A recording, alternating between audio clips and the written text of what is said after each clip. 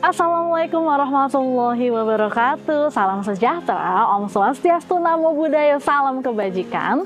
Pembelajar hebat, terima kasih telah menjadi penonton setia channel ini. Selamat datang kembali di channel Public Speaking, Motivasi, Self Development, dan Leadership, kebanggaan kita semua. Apa kabar hari ini? Semoga dalam keadaan baik selalu. Saya menyambut Anda kembali dengan antusiasme. Topik kali ini menarik banget karena merupakan salah satu cara untuk meningkatkan mindset dan kualitas hidup Anda secara signifikan. Tapi sebelum saya share, silahkan like, subscribe, dan aktifkan loncengnya untuk bentuk dukungan Anda bagi bertumbuhnya channel ini. Terima kasih.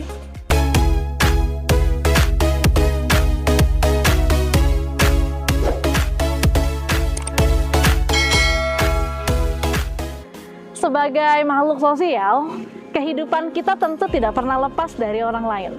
Dalam kehidupan sehari-hari, kita pasti akan hidup berdampingan dan berinteraksi dengan banyak orang dengan berbagai macam background atau latar belakang yang berbeda-beda.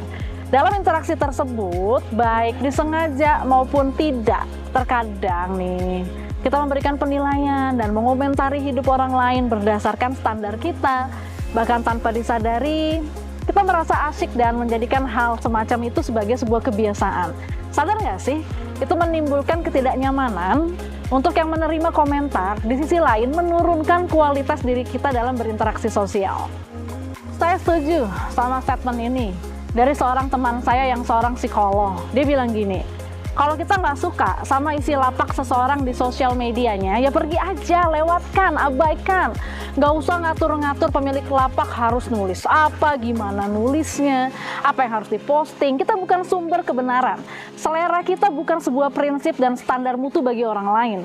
Nggak usah satu GR-nya lah, merasa berhak menasehati orang lain. Sedekat apapun hubungannya ya, apalagi sampai intervensi pada kehidupan orang lain, berkomentar dan bertindak melewati batasan-batasan. Emangnya kita ini siapa sih? Kalau mau menyalurkan hasrat sebagai seorang control freak, bikin kerajaan sendiri di dunia nyata, misalnya di pasangan kita atau anak-anak kita, lalu cek mereka nurut nggak sama kita. Kalau ternyata kita ini nggak ngaruh di mata mereka, nggak usah cari korban di dunia maya, ya cari terapi, sembuhkan diri Anda. Coba bayangkan, posisinya dibalik, Anda yang dikomentarin kehidupannya, diintervensi kehidupannya oleh orang lain, enak nggak? Kalau Anda rasa itu nggak enak, kenapa melakukan itu pada orang lain? Kalau emang hidup gitu sih ya, hidup tuh Tuhan yang nentuin, kita yang jalanin. Orang lain yang sibuk komentarin, sabar aja, santuy. Ikuti kata hati, nggak usah terlalu peduli dengan komentar orang, ambil yang baik dan mendukung kita bertumbuh jadi lebih baik. Buang yang nyakitin hati, ambil hikmahnya, buang sakitnya. Semoga kita selalu bertumbuh menjadi lebih baik lagi.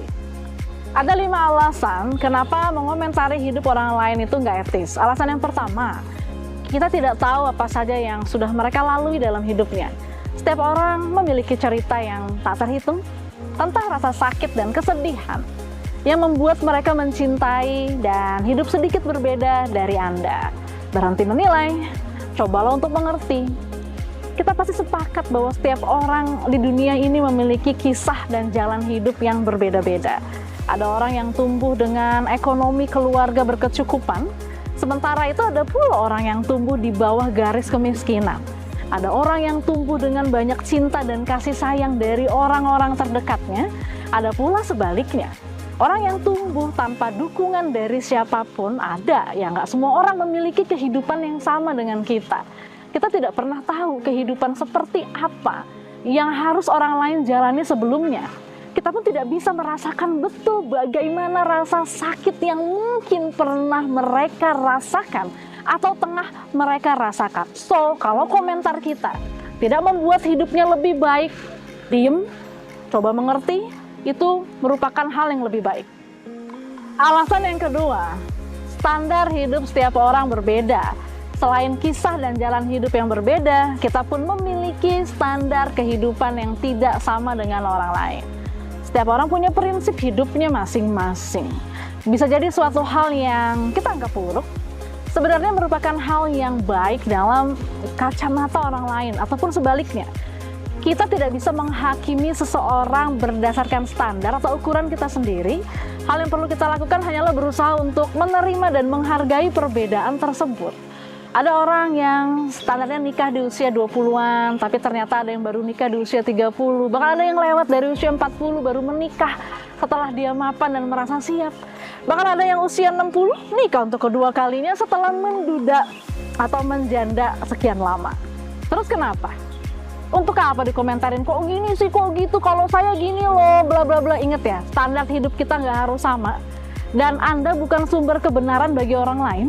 Mari saling menghargai aja. Alasan yang ketiga, kita belum tentu loh lebih baik dari orang lain. Nggak ada yang sempurna di dunia ini, orang lain punya kekurangan, kita juga. Akan tetapi, kenapa sih kita selalu sibuk mengorek-ngorek kekurangan yang dimiliki orang lain? Ribet dengan pilihan orang yang nggak sesuai standar kita, alih-alih berkaca dan introspeksi kepada diri kita sendiri. Fokus deh pada perbaikan hidup sendiri. Ada quotes menarik, jangan merasa paling benar, karena sesungguhnya kita hanya berbeda dosa aja. Ini maksudnya bukan membuat kita berpandangan bahwa berbuat dosa itu biasa, tapi mengingatkan kita untuk tidak menghakimi orang lain, sibuk dengan kesalahan orang sampai lupa bahwa diri sendiri butuh diperbaiki, oke? Katanya kalau iblis tidak bisa menggoda Anda untuk berbuat jahat, dia akan membuat Anda merasa paling benar, so hati-hati. Siapa kita merasa berhak menilai dan menghakimi hidup orang lain? Alasan yang keempat, ingat, terkadang komentar itu menyakiti perasaan orang lain, sengaja atau enggak. Terkadang kita tidak bisa mengerem nih mulut kita untuk berkomentar, misalnya dengan mengatakan, ih kok kamu belum nikah-nikah sih, udah umur segini, iya kan? Padahal emang dia belum mau kok, usianya belum tua-tua amat, atau dia udah ikhtiar kesana kesini cari jodohnya dan udah beberapa kali ketemu orang yang salah. Atau mengatakan, kok belum punya anak, kepada pasangan yang tak kunjung dikaruniai seorang anak, tanpa tahu sakitnya merasakan berkali-kali keguguran karena kelainan kehamilan. Program bayi tabung yang mungkin gagal terus, atau merasakan sakitnya saluran indung telur ditiup karena penyumbatan, atau kalimat-kalimat body shaming seperti, ih kok kamu gendutan sih, kok kamu jerawatan nih sekarang, dan sebagainya. Sebenarnya tanpa kita komentarin pun orang lain udah tahu apa yang terjadi dengan diri mereka. Nggak usah Anda repot-repot mengatakannya lagi, toh itu juga tidak mengubah keadaan, nggak bikin lebih baik, bikin bete iya, ya kan? Dan kalimat-kalimat semacam itu kita anggap biasa, tapi kita harus ingat bahwa tidak semua orang memiliki mental yang kuat untuk menerima komentar dari orang lain. Komentar-komentar semacam ini bisa jadi membuat orang lain merasa sakit hati, seperti yang kita tahu. Sakit hati lebih sulit disembuhkan daripada sakit fisik. Banyak orang di luar sana yang menjadi gila bahkan sampai bunuh diri hanya karena trauma psikologis akibat perkataan orang lain. Jadi filter, tahan mulut kita dari melontarkan kata-kata yang bisa jadi menyakiti orang lain, dan ini penting banget dilakukan dalam kehidupan ini. Jangan sampai apa yang kita katakan membuat orang lain merasa sedih, sakit hati, trauma, depresi, dan sebagainya. Alasan yang kelima, karma itu nyata. Saya nggak tahu Anda percaya atau tidak dengan karma, tapi hukum alam memang begitu, bukan? Kita menuai apa yang kita tebar, kita menuai apa yang kita tanam, apa yang kita lakukan hari ini, ada efeknya di masa depan. Ketika kita sibuk menilai dan berkomentar buruk terhadap hidup orang lain, coba dipikirkan sejenak. Bagaimana jika hidup kita lah yang dikomentari orang tersebut? Dan kenyataannya itu bisa saja terjadi di masa depan. Kalau Anda mulai merendahkan orang karena masa lalu dia yang kelam, semesta akan menguji Anda dengan kekelaman yang sama, dengan dosa yang sama. Tuhan mau lihat, jika Anda diberikan hal yang sama, kejadian yang sama, apakah diri Anda sehebat dan sekonsisten mulut Anda, sekonsisten omongan Anda? Jangan pernah menghina orang lain karena kebodohan atau dosa yang dia lakukan di masa lalu. Ingat baik-baik, Anda tidak suka dengan hal buruk yang dia lakukan? Nggak apa-apa, it's okay. Tapi bukan merendahkan dan menghina orangnya. Anda boleh membenci perbuatannya, namun bukan orangnya. Karena orangnya bisa berubah.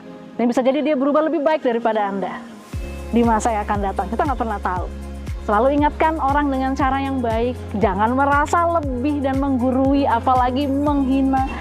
Posisikan diri kita menjadi orang lain. Tentunya kita pun nggak mau kan diperlakukan demikian oleh mereka. Ya. Demikianlah sesi sharing hari ini. Pada video selanjutnya saya akan mengulas topik inspiratif lainnya seputar dunia public speaking, motivasi, self-development, dan leadership. Jadi pastikan Anda sudah mengaktifkan loncengnya agar mendapatkan notifikasi tentang konten terbaru saya. Yang baru hadir, baru kenalan dengan Coach Prim hari ini, silahkan untuk Anda subscribe, like, dan share video ini agar manfaatnya menjangkau lebih banyak orang. Saya Primi Putri Suryatmaja, pamit undur diri. Sampai jumpa pada video selanjutnya. Terus semangat meningkatkan diri menjadi versi terbaik dirimu.